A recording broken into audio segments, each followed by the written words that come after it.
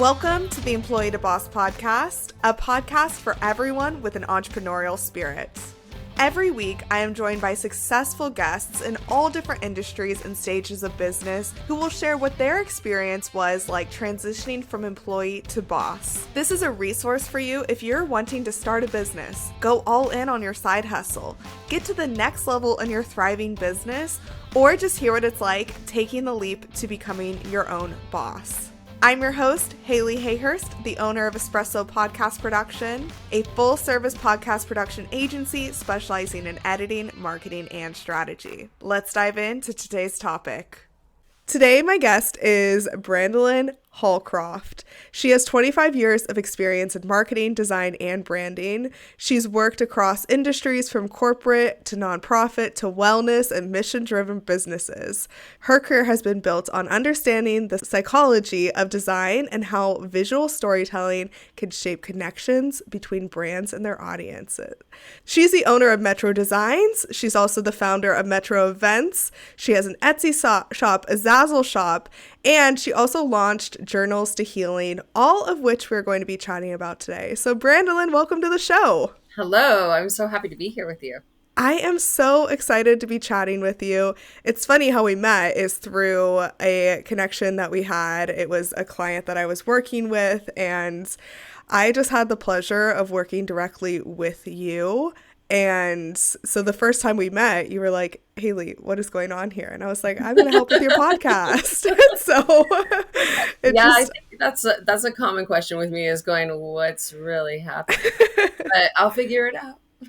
No, but I am so happy that we got to work together and collaborate. And now look at us being able to work together on different avenues as well. So before we get too much into this, why don't you start off by telling us about who you are and what you do? So who I am is Brandilyn Hallcroft. What I do is a lot. And honestly, I could say that it sounds like a lot because it is. Mm-hmm. And the only way I keep it straight is by being insanely organized. Some people they'll refer to it as OCD, which is actually a misconception of what OCD really is. Yeah. But it really is a matter of being insanely organized. I couldn't do as much as I do if it weren't for that. And that organization goes across the board with everything in my life. And I still have time. So time management is really key with everything that you do, and really utilizing the space that you have between when you wake up to when you go to bed wisely. So I started out doing graphic design, marketing way back. I was working for an internet billing company in 1998. Wow. And that was before Amazon, anything that you actually purchased online, because at that time the billing was for internet websites subscriptions. So I won't go into details on that, but I was working in that company. I had already had a bit of a background in doing marketing, and I was fascinated with the internet. I thought, this is the coolest thing on the planet. How can somebody in Germany speak to me here at the time, California? And it's like a fluent interaction. I just thought it was the coolest thing in the world. And I went to my boss and said, I want to become a web designer. I'm going to do this. And he said to me in a very misogynistic way, you'll never be able to design a website. You're a woman. Oh. And I was like, challenge accepted. Oh my God.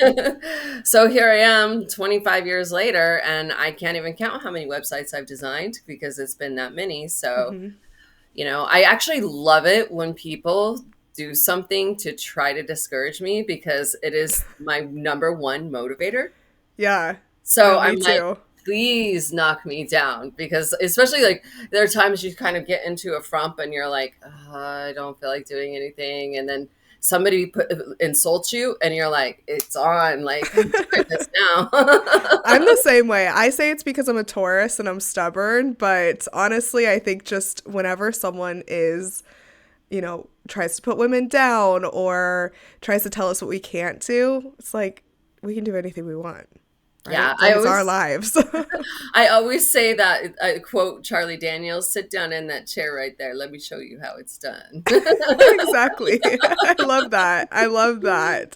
So tell us about Metro Designs. So Metro Designs, that was really, well, okay, just short blurb. My first entrepreneur venture Yeah. was making jewelry. And I Mm. was working on movie sets, and I started making jewelry while I was sitting around waiting for the next scene. And that just went down. Then I started freelancing, doing freelance design. My first website was actually called Receptive Imagination, which I loved and I still love, because that's the best description that I could think of that explains how my mind processes what people want and how I'm going to design. It's like I receive information from somebody, and then it's my imagination that puts it into a visual. Mm-hmm. But people could not spell receptive imagination. And I'd find myself on the phone going RECEPTIVIMANGION. Yep. I'm like, this Right. isn't going to work. Right. So I said, obviously I got to make a change. And this was in 2006. Okay. And I had a project that I had done in college, and it had a picture of the metro on the ground. And I said, oh my gosh, Metro Designs. And it was early enough in the days of the internet that I actually got the name, which is a killer name. Mm-hmm. And that simplified everything, except for it does have a hyphen in it. But then I started freelancing. And then in 2008, when the crash came, I lost my job. I was freelancing and working full time, lost my job, moved to Austin, Texas, because at the time it was one of the easiest to start a new business Mm-hmm. places. And this had always been like, I want to be independent from an employer. Yeah. And so I moved down there, and I started advertising through Craigslist, because it was all free advertisement. And that was before Craigslist got the bad reputation that Right. it has now, and Yeah. you no longer do that kind of stuff. Then that progressed into me selling digital party supplies on Etsy, which that came into play in 2011. Okay. Following that, I started Zazzle, because people were asking me for certain prints that I couldn't do. I do have, I have partnerships with print companies, but a lot of that, there's some limitations and how much, and the price Mm-hmm. is right. And, for that kind of product, people only want to pay so much. And Metro Events was really kind of carrying everything for a while. I still had some of my clients. I still, to this day, have a client that I work with that I've been working with since 2009. So Wow. yeah, I mean, I keep them I love around that. as long as they stay in business. Yep. But I don't burn bridges, and I get things done, and I build a reputation based on that. But then around the pandemic, all these people started jumping on Etsy selling digital products. So that kind of shifted everything again. And I worked full time I got into working full time, and that's where I met you, was Mm-hmm. when I was just starting that job out. And I still work with him on as a contractor.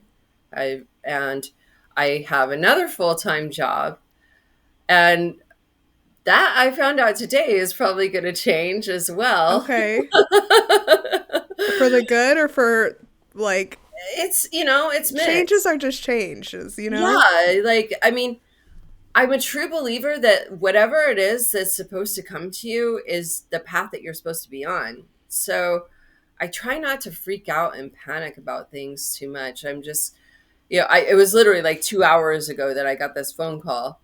And so my first thing was going, okay, what are the legalities here? What do I do? What do I have to do about my Yeah. taxes? Just thinking about, Oh my okay, God, what do I yeah. got to do to plan for this? It's not as much of a panic and like, oh, this is the end of the world, because I adapt. Right. That's what you have to do, Mm-hmm. because life is constantly going to be throwing curveballs at you. And if you don't have the ability to adapt, then you're just going to be a ball of anxiety. For sure. Who wants that, right? For I mean, sure. Yeah, and it's also nice that you have multiple streams of that you could tap into, right? Like you also have your journals to heal, which, you know, these are your guided journals to help people through self-reflection, personal growth. You know, all of this has to come down to your background in psychology of design and visual storytelling. Like all of this ties into each other. So it makes sense that you have all of these different passions and hmm areas that you could tap into, and they all do make sense with each other. right. Well, one of the biggest things is training your mind to think about the right thing. Mm-hmm. If you're wasting your time thinking about the celebrity news, the latest crazy politics that are happening, the things that you have zero control over, but it's Yeah. just like consume, consume, consume, then how do you have time for everything else? You don't, because your mind is constantly being spent on stuff that doesn't actually benefit you. Yeah. And that's kind of where journals of healing came in, because my journals is my passion project. It's the one thing that I've created that I care the most about. And in all honesty, at this point, I've given more journals away than I have sold, but I kind of don't really care, Yeah. because I really just want people to be able to develop some of those the ways of thinking that I've developed, because I had been in that place where I was in a ball of anxiety in the past, and I'm no longer there. And I've figured out how to do it. Mm-hmm. And so each one of my journals is really dedicated to a particular subject, whether it be anxiety, shadow work, there's 12 of them total. I don't need to go through all of them. But it's the way that they're set up is CBT based, cognitive behavioral therapy. And it's really a way of retraining your brain. So it's like if you Mm. work through them and you start doing them, then your brain will automatically start connecting and you start thinking that way, as opposed to the way that the world wants us to think. Because the way the world wants us to think is not helping you. Oh, for sure. For you sure. know, It's easy to get wrapped up in that. yeah, it really is. I mean, especially like scroll, scroll, scroll, scroll, TikTok, this is, I spend my days on all day long on social media, but I also know how to tune out the noise and step away from it. When I'm done with my, 5 o'clock hits, or sometimes it goes a little bit over, I'm off of social media. I might be working on some graphics. I might be learning something new. And, my days don't end until, 8:30 at night. And that's when I actually consume a little bit of TV so that I can wind my brain down and stop trying to compute this next greatest idea. Yep. Yeah.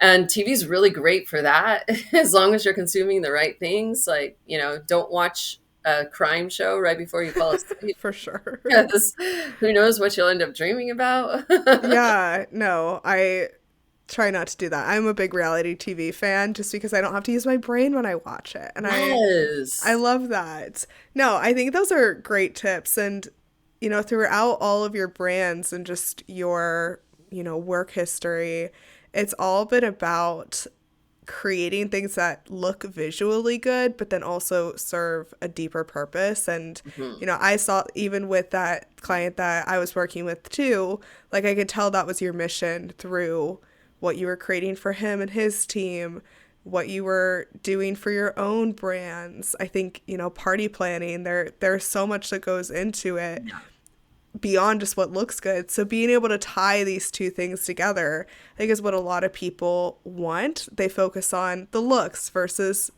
the you know, one thing that I see a lot of people do, and I'd love to hear your input on this, is like focusing too much on the visual side or focusing too much on like what your clients will get results wise and don't focus on like putting a pretty package around it.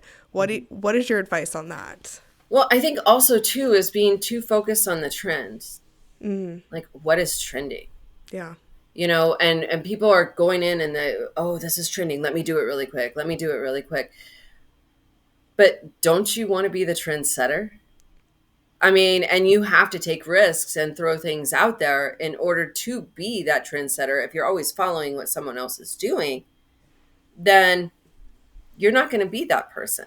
Right. I mean, I take risks all the time, and so much of what I do, I kind of like laugh at myself, and I'm like, the world isn't. When is the world going to actually understand me? Because I'm not, I'm not normal. And yeah, the visuals matter a lot, and there is a psychology behind the visuals and what colors to use and what Mm-hmm. colors evoke certain emotions and what you want to stay away from if you're doing this or that.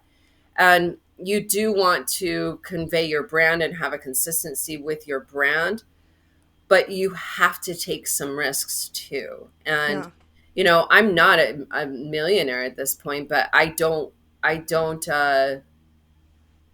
don't look at success as being something that is funded. I look Mm. at it as more accomplishments. What were my real goals? I mean, with my journals to healing, like I said, I've given away more journals than I've sold. But my goal there is for people to live happier, healthier lives. And Yeah. so if I have to give this stuff away, then I'll give it away, because like you reach one person with something like that, then it's going to be a domino effect that goes through other people. You have somebody who has, 3 children, and suddenly she's happier and healthier because of something she learned that I gave to her. Then her 3 kids are going to gain from that too, and then Yeah. whoever they encounter, it's kind of like, the 6 degrees of separation. And when I was working on sets, they used to say the 6 degrees of Kevin Bacon, because Kevin Bacon been in everything on the planet, right? Yeah. And so we would sit around and talk about it, and we'd all be able to figure out where we were within 6 degrees of Kevin Bacon. Wow. Wow. And That's funny. so, I mean, it actually makes you too, because I met Edward Norton, who worked with Kevin Bacon on a movie. And so that makes Kevin Bacon within 2 degrees of me. So Yeah. anybody that knows me is within 3 degrees of Kevin Bacon. That's so funny. Who knew, right? But that's how joy and anxiety work, and Mm-hmm. fear. Mm-hmm. If you're projecting fear, then the people around you are going to feel that, and they're going to feel that anxiety, and they're going to feel drained, and they're going to feel tired. They're going to have to decompress. If you're projecting joy and happiness, then the people around you are going to feel that too. And it's really, as an entire society, we are a collective, and whatever it is that you're putting out is what people are receiving. Mm. And I think there's a responsibility with that that's kind of being missed right now. Yeah. Yeah. How can we tap more into that? It's really, you've got to retrain your brain. Mm. I mean, you're you know you're basically, like, as a kid, you're being programmed a certain way by the influences that are around you, and whatever the stronger influences are what you pick up on. And some of us have the almost perfect parents that train us and put the right things into our minds, but some of us don't. And not only that, but there are other influences. There are traumatic events that could happen, car accidents, deaths, Yeah. a number of things that affect that. And so it's not about changing or controlling what happens outside of you. It's all what's happening here. It's how you think about it, how you perceive it, how you deal with it. And that's how you can tap into really being more joyful and being less anxious as well, because the anxiety is killing you. But the reality is, it's not what this person said or that person said that is creating the anxiety. It's how you're thinking about it. Mm. Yeah.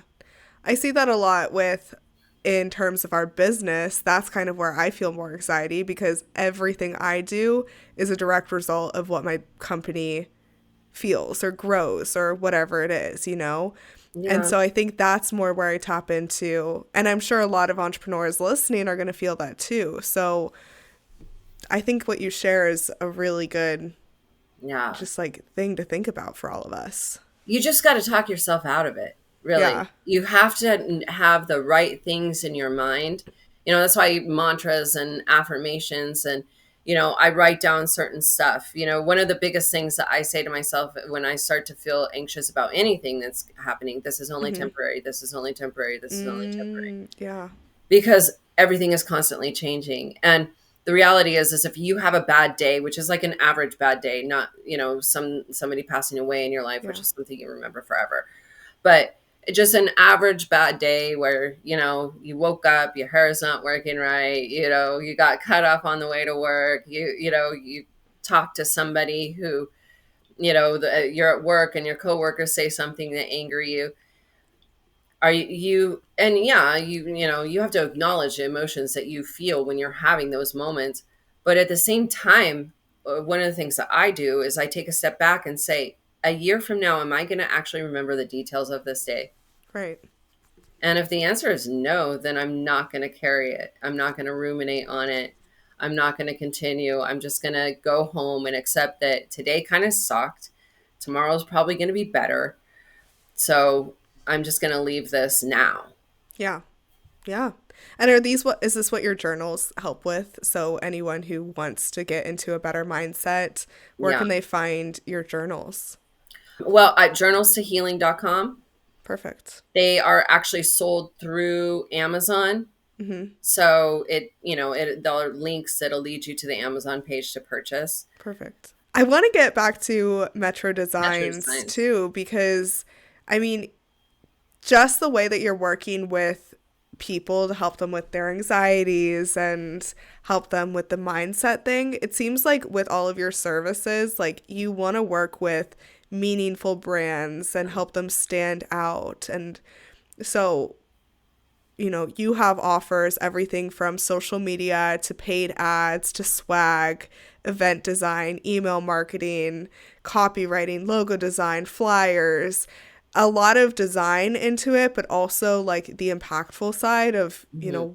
the what we were talking about before, how it looks and how it feels. So, what advice do you have for multi-passionate entrepreneurs like you when they're creating their offer suite? Well, first of all, it's time to step out of what we've been doing.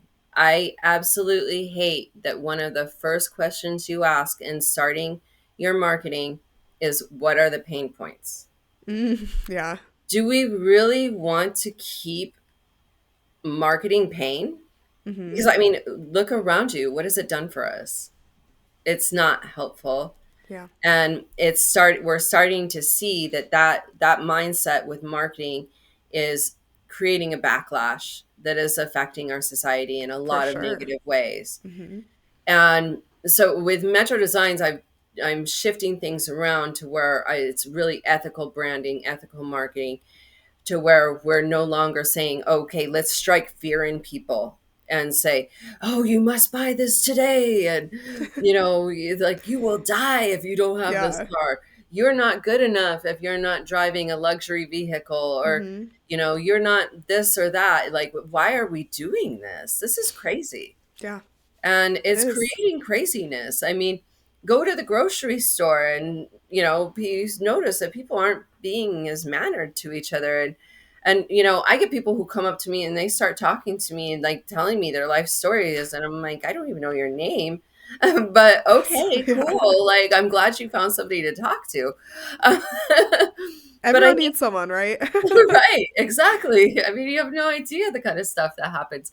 But it's because everyone's becoming so closed off, and they don't realize that this marketing that's been going on for, gosh, it's really started getting bad around the mid 80s. And it's just been increasingly getting worse and worse and worse, to where invoke fear in people so they will consume your product. And Right. that's the mentality.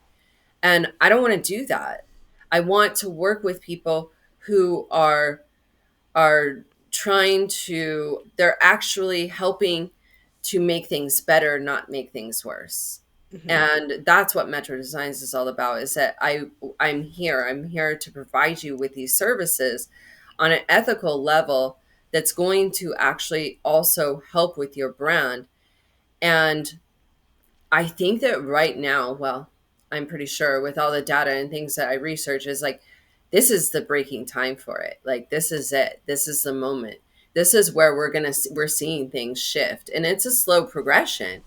And especially when it comes to people's minds being manipulated for so long, it's going to take a lot of work. But the more people who have this mentality, who are thinking about it this way, the more that we're spreading this around, and it's becoming a trickle effect, the same way that fear did. And so it's just a matter of what you prioritize and what you want your business to say about you. I mean, I'm sure there are some people out there that exist, and well, I know that they're like, I don't care, just show me the money. That's Hmm. fine. You can be that way. I'm not going to try to change you. Right. If that's what you want to do, then okay. But don't ask me for any help because I'm not here for that. Yeah. Yeah. It all comes down to your own values and what you offer and who you Hmm. work with. Hmm. Yeah. And the generations coming into adulthood, they're understanding. This is kind of a tricky situation because, okay, I think I would say they're more accepting of mental health Hmm. than generations prior. I mean, me being a Gen Xer, like, I know. I mean, I see it. They're more accepting of it. However, there are still some things that are being led astray because people are basing their mental wellness off of like this meme or this catchphrase or that catchphrase, and like, today it's narcissism and tomorrow it's, and they're not actually diving deep into the subject matter to where they're understanding exactly what these things mean, and they're kind of just running with these trends and these psychological terms without the complete understanding. So I think there's a little bit of a mishap with that, Hmm. but they're more open to accepting than any other generation that had come before. And that's actually a good time to jump in and say, okay, now let's take the fear out of marketing and let's shift it over to bringing joy to people, Yeah. because I think that this generation is going to be here for that. I agree. I agree. I mean, that's what I see people talking about on social media, but also just people I know around the same age as me in business. Like, definitely, I've worked with clients who are at all different age ranges, but the conversations I'm hearing are more aligned with that too. And like, mental health days are okay. And I was actually working with a client who had someone running her social media for her, and the girl asked for a mental health day, and she was like, sure, I don't get it though, like, what do you need this Right. for? And I think there is a balance of like, you have to get stuff done in business, but Mhm. also, why burn ourselves out? Why try to stress? And back to the anxiety point, like, I know when I push myself too hard, I get anxiety and I want to burn my business down. And if Yeah. I could avoid that, if I could truly avoid that, then I will. And also there's been times when growing my business where I try to offer different services or things like that. And I know if I don't like it, I'm not going to do it. So I Right. think it does come down to, just knowing yourself. And that's a big thing too. Find your passion. Yeah. You know, I was a drifter. I mean, I came out of high school and I was like, I'm going to be an actress. I'm going to win an Academy Award. And I studied. I was like, I'm going to be a psychologist, and I studied psychology, and and I took marketing classes. I mean, I was all over the place. I Yeah. worked in the schools. I did all kinds of things. I didn't actually really know like what I was going for until I was about 30. And it took me testing all these different little places to figure. I mean, I worked as an importer. Like I was a member of the Hong Kong Trade Council. I was Wow. yeah, like, I mean, I did all kinds of stuff, and I'm like, I'm not into this. I'm not into this. And I was Yeah. never somebody that was like, I'm going to settle. I didn't need to. I didn't have kids. I didn't have a husband. I wasn't in that place. So, I mean, I understand people who have other responsibilities and they're not privileged with what I did, but these were my life's choices, Yeah. And something that was instilled in me at a very young age with my mom was she said, make sure you have yourself a career before you get married and have children, because you want to make sure you're always protected and taken care of. And I think I maybe have taken it a little bit too literal. That's okay. That's okay. Everything works out how it's supposed to. That's funny Right. though. But really find your passion. I had a younger woman, 27, call me Mhm. last week, kind of like feeling frantic. She went into a field and she's feeling it's not the right thing for her, and she went through college and all of this, and now she's got her first job with it. And she's like, I don't think I want to do this for the rest of my life. And I'm like, that's okay. Yeah. Then don't. She's like, well, what am I going to do? And I said, this is what you need to do. You got to sit down and write the things that you enjoy. It doesn't matter what it is. It could be like, I like painting my nails. It could be, I like to do my makeup. I like to do my hair. I like to fix cars. Anything. Write the things down that you enjoy. I like watching TV. You know, all the things, list it out, give yourself time, give yourself, if it takes you, some people it'll take them 5 minutes to write out all the things they really enjoy. Some people it'll take 5 days. That's fine. Once you have that list of things that you really enjoy, then start researching with what can I, how take each one of them one by one. How can I make money off of this? Mhm. How can I make money off of this? Take that, figure out what's from there. You're going to be able to pinpoint what you can do that you're really going to like. Because if you spend your life doing something that you don't like doing, then you're not going to be motivated to do it, and you're not going to go any further with it. It's going to dead end, Yeah. and you're going to be miserable. Yeah. And Yeah. I don't want to live that life. I am right there with you. I agree. I'm 27 and I feel, lucky that I found what I enjoy doing. Will this always be what I do? I don't know. Hopefully, but I don't know. Maybe not. Maybe not. I'm You okay never know. with that. No, Yeah. when I was your age, I never thought, oh, I was going to write a series of journals, Yeah. but I did. I Yeah. never thought I would be making videos on a website called TikTok, because that didn't even exist. Right. Yeah. Yeah. You Just being know? open to things. And, before we press record, you were talking about how you've been doing gig work for before that was even a Yeah. thing. And you use the term professionally unemployed, Yes. which I Professionally absolutely love. Tell us about that. Yeah, I love being professionally unemployed. It's funny because all of a sudden it became this thing really within like the last 5 years. I mean, it started a little bit before that, but then Mhm. I was like, I never thought I was really ahead of the curve.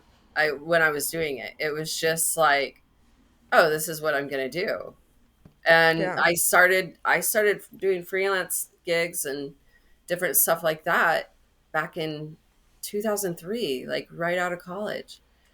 And from there, it's just progressed into all of these different opportunities. And it's been awesome, really, because I've worked with every type of business under the sun. I mean, from big corporations to, small mom and pop shops, and gosh, like auto to makeup. Like it's just Wow. like Yeah. polar opposites.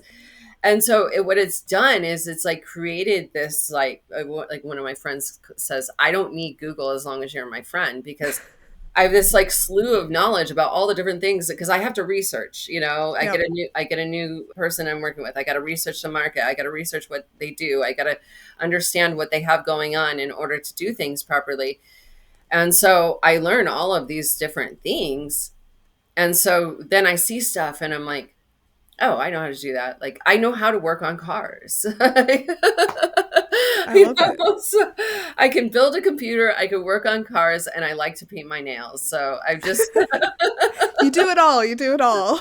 and honestly, the coolest thing about that, and I think that this is something that's actually kind of missing from some of the younger generations, is that and sorry, I'm Gen X. We messed you up. Like, we were the latchkey kids. We were the ones that were just like, hey, our parents put those commercials up saying, where your children are. They had to remind them that they had kids that needed to come home because we were just off running like That's banshees funny. through the streets.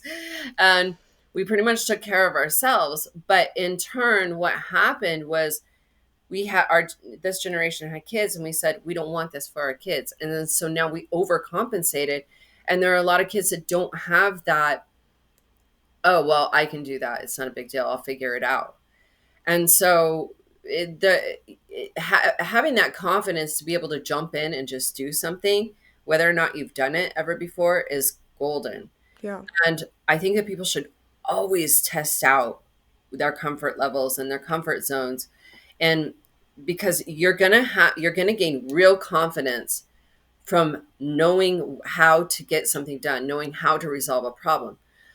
You're not going to gain real confidence by how you do your makeup, what nose job you had, those are all temporary things. That stuff is all going to fleet. And by the time you start getting older, it's all going to fade away and it's not going to matter anyway. But actually gaining a skill set, saying, oh, okay, I got some IKEA furniture. I'm going to go ahead and put that together, and knowing how to do it. I have people who call me asking me to put their IKEA furniture together. And I'm So like, funny. do it. But okay, sure, no problem. I'll help. Yeah. That's where you actually gain real confidence that lasts, is by what you know how to do, what you accomplish, what you get done. Which isn't to say that you shouldn't have times where you give yourself a break, because, that is absolutely necessary to just shut everything down. And I have every single day, I start my day 5 minutes. I have my cup of coffee. I sit and pet my animals, and just spend time in silence without touching anything. At the end of the day, I shut everything down.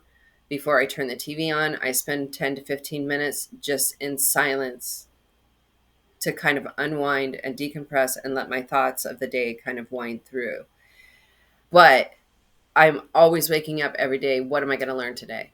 While I work, I put on, audibles, and I listen to different, and I don't listen to like fantasy stories or fictional and nothing. Everything is like learning something. Yeah. And I listen to that as I work, because I constantly want to keep challenging myself and bringing myself to a different, to understanding different things. Because I know that once I'm at a certain age, I'm going to have all sorts of different, I mean, our retirement system is set up really wonky now. We don't have the pensions. We don't have that stuff. But I'm putting things into place to where I have things that will constantly be funneling through, making me money, even when I'm at the time where I'm not able to work anymore. Yeah. And it's because I've never say, oh, I can't do that, or I don't know how to do that.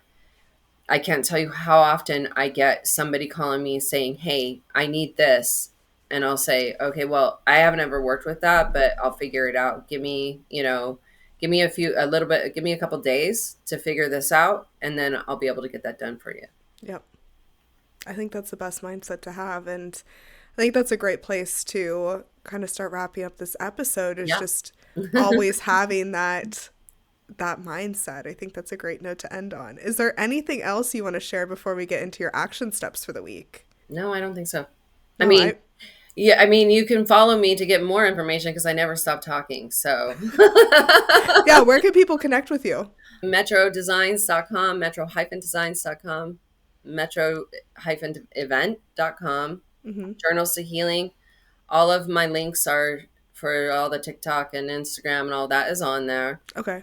And I am running it all by myself. Nobody else is there. There's no secret extra person that's answering anything. It's all me. So you will actually reach me through those avenues. Amazing. And who is it that you desire to work with? I want to work with people who want better things for others. It honestly doesn't really matter. As long as you want other people to live better lives, then I'm here for it. I love that. I love that. Okay. Brandilyn, I am so excited to get into my last question, where I ask every week the guests to share 3 action steps for the audience to take based on the conversation. So, as you know, there's so many audiobooks, podcast episodes, webinars, YouTube videos that people can consume. And I find that a lot of people listen and consume but never take action. So, let's make them take some action this week. What do you want them to do? Write it down. What you want to do, what you want to accomplish, write it down. It'll leave this space as fast as it comes in. Mm-hmm. So make sure you write it down. That's number 1. Number 2, be mindful of the way that you think about things. Nothing is the end of the world. The sky is never really falling. Make sure you don't fall into those traps with your own mind, because you are the person creating your own suffering, not anything else around you. And the third thing is be mindful and really learn what manipulation is. Because so much of it is out there. And if you can, once you really and truly know what manipulation is, you never unsee it. And nothing gets past you, and you will always have the upper hand, because most people don't take their time to know that. And they're constantly being manipulated into certain situations without even knowing what manipulation truly is. Oh my gosh. Okay, that's so good. I'm sure that people can come and learn from you more about manipulation on, your website and your your social media, but I might have to have you back on so we could talk more about that, because that is such an interesting topic. Oh, it is. It is. That's a fun story too. So maybe you should have me back on for Absolutely. it. Oh my gosh. Okay, let's do it. Well, Brandilyn, this was so fun. I'm glad that we got a chance to do this together. So I'll put all of your links in the show notes for the audience to be able to connect with you. But I really appreciate your time. Yeah, you too. Thank you for listening to the Employee to Boss podcast. If you made it to the end of this episode, I hope that you implement the actionable steps from this week's experts so you can get started with your business today. Please rate, review, and subscribe to the Employee to Boss podcast on Apple Podcasts, Spotify, YouTube, or wherever you listen to your podcasts. It helps more than you could ever imagine. Remember, a little progress each day leads to big results. We come out with a new episode every Tuesday. To access our show notes,